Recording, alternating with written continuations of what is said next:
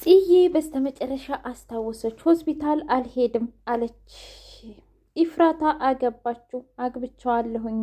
ከዚህ በኋላ ምንም ነገር የሚለወጥ ነገር የለም፣ በጣም ይቅርታ አለችው። ናታንዬ ተስፋ ቆርጧል። ከዚህ በኋላ በቃ እሷ ፈልጋና ፈቅዳ ነው ያገባችው እንጂ በፍጹም ያፌት አስፈራርቷት ብቻ አይደለም በማለት ጉራውን እየቸረቸረ ይገኛል። እረ ናታን ንቃ! እረ ናታን ተው፣ ንቃተው እንዴ! የደፈረ ሰው አስገድዶ ያስደፈረ ሰው እንዴት ለማግባት ወደኋላ ይላል? ያገባል እንጂ። ሉሊትዬ በጣም በጣም ፈርታለች። ፀጉርሽ ላይ የሆነች ነገር አይቻለሁ ብላት መስተዋቱ ተደግፋ ምንድን ነው የወደቀብኝ? ምንድን ነው ምን አድርጌ ነው እያለች ከራሷ ጋር እየተጣላች ነበር። ከዛ በኋላ ጽናት እንደዚህ ያለችኝ ብላ ደግሞ ቤዛን ማናገር ጀመረች። ከዛ ደግሞ ቤዛ በጣም ፀጉርሽ ላይማ የሆነ ነገር አለ ብላ ስትላት ወይኔ ጉዴ እያለች እያበደች እየሰከረች ከዛም በኋላ አገኘሁሽ፣ አየሽ ይሄ ነው ማለት። መጨረሻ ላይ ምንድን ይሆን የታየው ነገር? እስኪ ኮሜንት ላይ ያስቀምጡልኝ።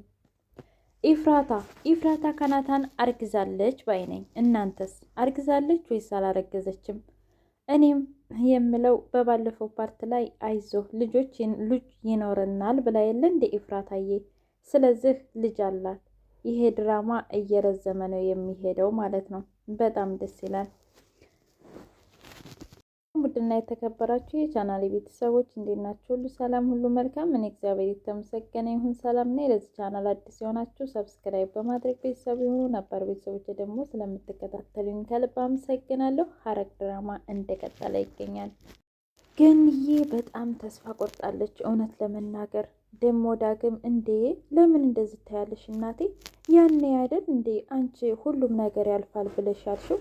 ስለዚህ ሁሉም ነገር ያልፋል እና ለምንድን ነው ያኔ ዝም ብለሽ ነበር እንደለኛ ተስፋ ስትሰጪን የነበረው? ምክንያቱም ኢፍራታ ያገባችበት ምክንያትም አንደኛ ነገር ምናልባት እነዛ የተደፈሩትን ሴቶች ነፃ ለማውጣትን ብላ ሊሆን ይችላል ያፌትን በቅርብ ያገባቸው። ልጄ ታዲያ እናት አይደለሁ እንዴ ምን ላርግ ብለህ ነው አለችው። አይ እማዬ አሁንስ በዛ፣ እኔም እኮ እንደ ወንድም ይሰማኛል። ሲቀጥል ደግሞ እህቴንም ደስተኛ እንድትሆንና ከኛ ጋር እንድትሆን እኔም በኩራት እህቴ ናት እያልኩኝ ማውራት ከጓደኞቼ ጋር እሷን ማስተዋወቅ እፈልጋለሁ ብሎ በጣም ተናዶ ወጣ። እረ ዳግም አንተ እንኳ ተረዳኝ ብትለውም ሊረዳት ፈቃደኛ አይደለም። ቢኒ አንድ እርምጃ እየቀደመኝ ነው፣ ሁሌም እያሸነፈኝ ነው፣ እንዴት አድርጌ ነው የማጠምደው እያለ በጣም ተበሳይቷል። ቤዛ ናታንን አይዞህ በርታ እያለችው ነው። ከዛም በኋላ ባክሽ ቤዛ እንዲህ እያልሽ የልብ አትስጭኝ፣ ሁሉም ነገር አብቅቷል። እስኪ ንገሪኝ ምን አለኝ ብለሽ ነው? ያለኝን ነገር በሙሉ ወስዶብኛል አላት።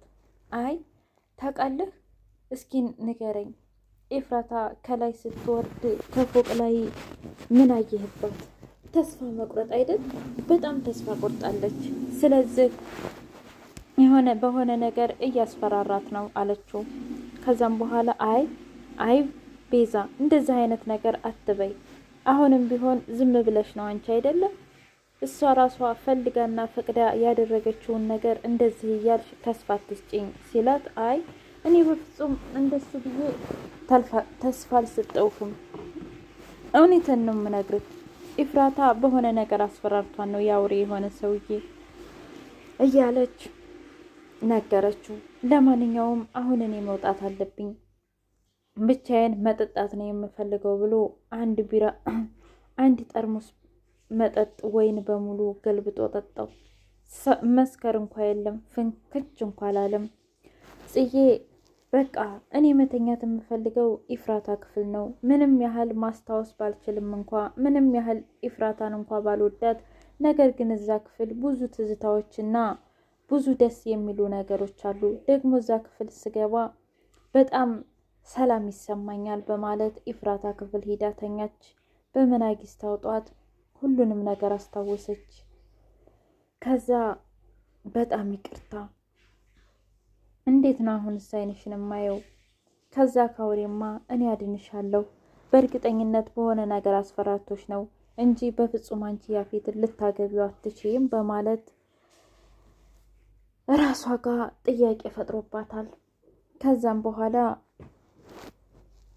ወንድሟ መጥቶ ነይ እንሂድ ቢላት በፍጹም እኔ በፍጹም አላደርገውም ሆስፒታልም አልሄድም በማለት እምቢ ብላለች። ሉሊትና ጧት ተገናኙና ከዛም በኋላ እንዴት አደርሽ? ትናንትና ግን ሰላም አልነበርሽም አለቻት። ከዛም በኋላ ሳቅ አለችና ኧረ ደህና ነኝ ያው አለ አይደል ብላ ተመቀመጫዋን ስታለችና ፀጉሯን ያሻሸች መስላ ፀጉርሽ ላይ የሆነ ነገር አለ ስትላት ምን እሷ ያስታወሰች መስሏት ነበረ። ግን አስታውሳ ማስታወሷን መደበቋ ነው። ከዛም በኋላ የሆነ ፀጉርሽ ላይ የሆነ ነገር አለ እሱን ላራግፍልሽ ነበር ስትላት ምን ለዛ ነው እንደዚህ የፈለግሽኝ ብላ እረስታ ሄደች። እየሮጠች ሄደች። ያፌት ከእንቅልፉ ሲነቃ እንዴ ምን ሆኜ ነው? ምንድነው የተፈጠረው? ስንት ቀን ነው የተኛሁት? እንዴ የምታይ ነገር አለ እንዴ አለ። ከዛ ያ ዘመዱ ኧረ እባክህ ተወኝ፣ እነሱማ አጠመድን ብለው ነገር ግን አንተን ያጠመድካቸው ሁሌም አንድ እርምጃ እንዲቀደምክ ነው። ታስገርመኛለህ እኮ አጎቴ አለው። እኔን አታለው ውሃ አስጠጥተውህ ደካማ ጎኔን ተጠቅመው ሲል ከዛም በኋላ ምን ብሎ ሲለውን አነቀው። ከዛ ኢፍራታ አረ ተረጋጋ አለችው። አንቺ ቆይ ይሄን ነበር እቅድሽ? ይሄን ነበር ያቀርሽው እንዴ አላት። አይ አረ እኔ በፍጹም እኔ የለሁበትም እዚህ አይነት ነገር ውስጥ በፍጹም የለሁበትም ስትለው ከዛም በኋላ የ80 ሚስቴ መሆንሽን አልነገርሻቸውም እንዴ? ንገሪያቸው እንጂ በማለት መለሰላት። ከዛም በኋላ ዘመዱ ተነሳና አይ ኧረ እባክህ ተው እንጂ የናታንንና የቢንያምን ፊት ብታይ ኑሮ እንዴት ደስ ይለኝ ነበር ብታይ። ምክንያቱም ፊታቸው እንዴት እንደተቀያየረ እንዴት ስብርብር እንዳሉ ብታይ እና አውቀዋል። እንደዛ ከሆነ ጥሩ ነው፣ ግን ዋጋችሁን እሰጣችኋለሁኝ ከዚህ በኋላ እያለ በጣም ተናደደ። ስለዚህ ንገሪያቸው ለዚህ ሁሉ ዋጋ ይከፍሉበታል በማለት ኢፍራታን አስፈራራት። ቢኒ ተው ግዴለህም ተው፣ ከዚህ በኋላ ማስታወስ ጀምራለች። ስለዚህ ቢኒስ እንዴት ነው የሚሆነው? ምክንያቱም ፍቅር አጫውቶት ፍቅር ውስጥ ጥልም ብሎ ነበር። አሁን ግን አንድና አንድ ኢፍራታን ማዳን ብቻ ነው የምትፈልገው።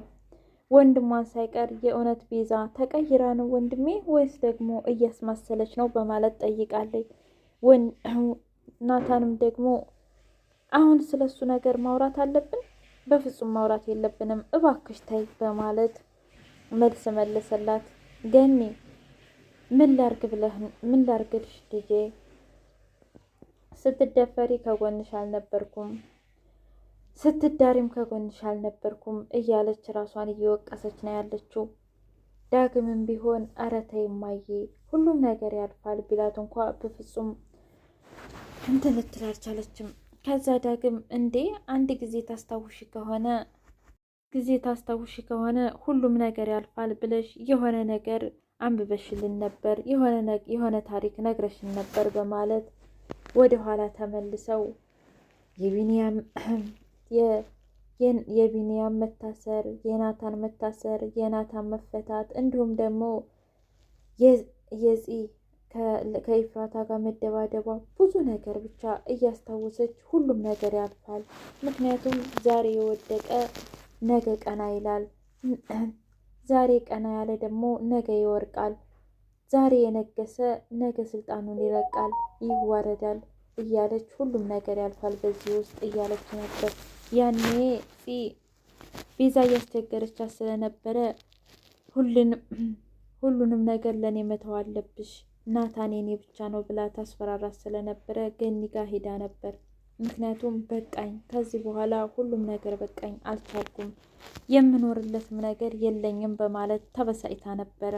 ከዛም በኋላ ለዛም ብስጭቷ ገኒ ሁሉም ነገር ያልፋል ብላ ከዳግም ልጇ ጋር ታሪክ ነግራቸው ነበር። ያንን ታሪክ ማስታወስ ጀመረች ገኒ እና ይሄንን ዝም ብለሽ ነበር የነገርሽም ማለት ነው ሲላት፣ አረ እንደዛ አይደለም ልጄ፣ ታዲያ ምን ላድርግ ብለህ ነው? ያና ይህ እኮ እንዴት ይገናኛል? አረ ተው ልጄ ተው በማለት መልስ መለሰችለት። ያፌት አሁን ከዚህ በኋላ ምንድን ይሆን የሚያደርገው?